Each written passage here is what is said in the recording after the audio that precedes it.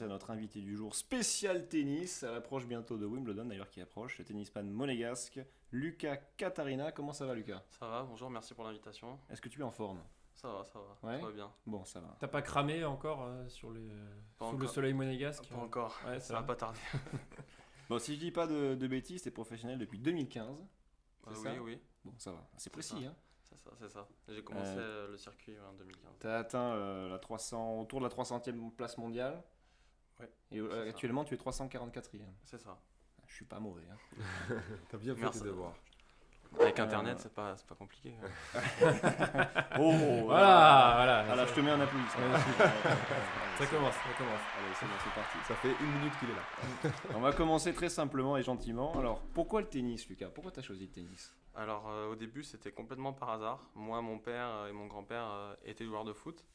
Donc j'ai baigné dans le foot plus jeune et un jour, on habitait à côté de l'ancien tennis club de Monaco et j'ai commencé le tennis complètement par hasard.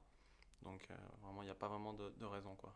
Et est-ce que tu as eu un déclic à un moment pour te dire, le petit Lucas illustré qui jouait à 5 ans au tennis avec la balle s'est dit à quel moment j'ai envie de devenir tennisman professionnel? Parce que c'est un choix qui est compliqué à faire pour...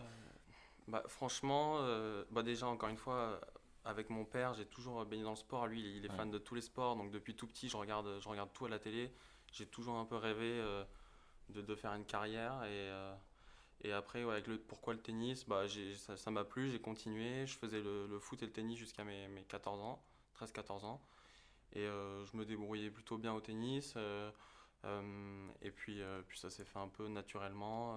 Voilà. T'avais un exemple, un joueur Un tu idole, avais, une idole, idole, même en dehors du tennis, parce que tu dis que Oh, tu aimais bien le...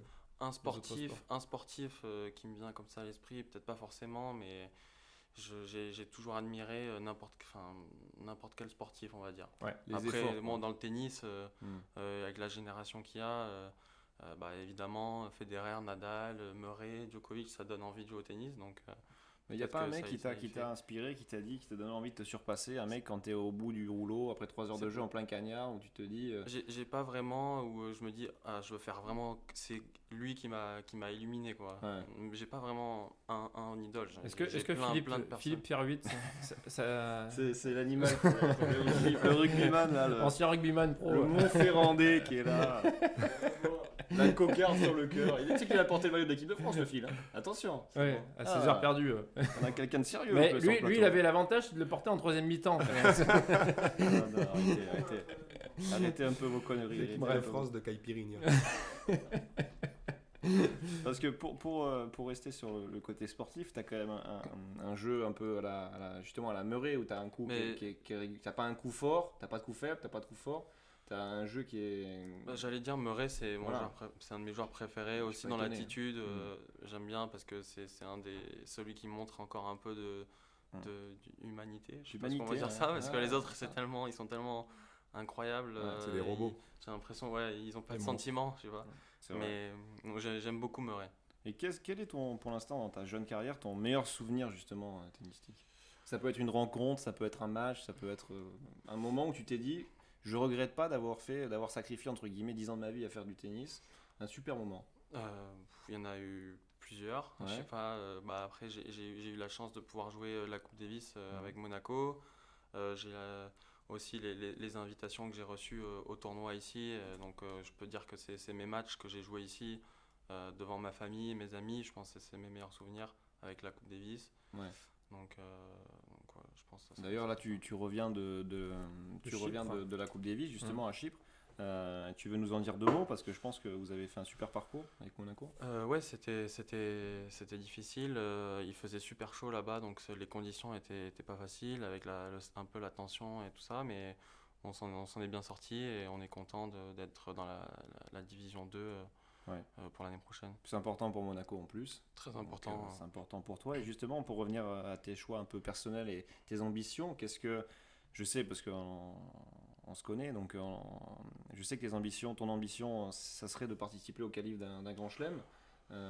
Aujourd'hui, qu'est-ce que tu en penses? Qu'est-ce que tu as à dire là-dessus? Oui, c'est faire les qualifs de Grand Chelem, ça représente beaucoup pour tous les joueurs. Donc ça équivaut à être dans les 250. Donc j'en suis pas si loin et à la fois loin. Ouais. Donc voilà, après j'ai plutôt eu des bons résultats ces derniers temps, mais avec le Covid c'était un peu délicat parce que le classement était gelé. Ouais. Donc c'était assez dur de monter. Donc voilà, mais c'est un objectif qui, je l'estime abordable pour moi. J'ai battu des joueurs déjà de ces classements-là, donc j'espère qu'un jour j'y arriverai. Et justement, pour cette saison à venir, quels sont tes objectifs? Qu'est-ce que tu vises pour cette saison? Bah, Quel est ton calendrier? donc là, je pars samedi pour un tournoi futur 25 000, la catégorie exacte, à Bilbao. Et bah, mon objectif, c'est de m'installer, on va dire, dans les challengers, de faire de plus en plus de tournois catégorie challenger, parce que pour le moment, je suis encore un peu entre les deux. Et après, à force de jouer ce genre de tournoi, continuer à grappiller des places pour me rapprocher de mon objectif. Super. Lucas, Thierry Vélo, est-ce que tu as une question? Non, pas de questions, mais pas plus de questions, mais Plus en de tout cas, questions. bravo pour ton parcours. Et puis, on espère te voir briller prochainement dans ton Sur le rêve, peut-être circuit. Merci. d'arriver sur un tournoi du Grand Chelem. Merci. Qui serait... Une dernière question Ouais. pour faire vite, après on te libère. Wimbledon, qu'est-ce que tu en penses qui arrive? Un favori? Ouais, je pense Djokovic. Je Djokovic. dirais que c'est mon favori parce qu'en ce moment il a l'air de. Ouais. Il joue tellement bien et les autres, les tout meilleurs autour de lui sont un peu moins bien. Donc si je devais mettre. Benoît Paire, il a pas ses chances. Après, attention, il y a quand même souvent des surprises à Wimbledon. Ouais, après voilà, avec un gros serveur ou Ouais, on autre, sait, à on sait. Wimbledon, on sait jamais, mais en tout cas sur le papier, c'est vrai qu'il est tellement impressionnant. Ouais. Et les autres sont un peu moins bien, donc c'est ce que. Écoute, on verra ça courant juillet. Merci Lucas pour ta venue en tout Bah, cas. de rien, avec plaisir. Et j'espère qu'on se reverra vite.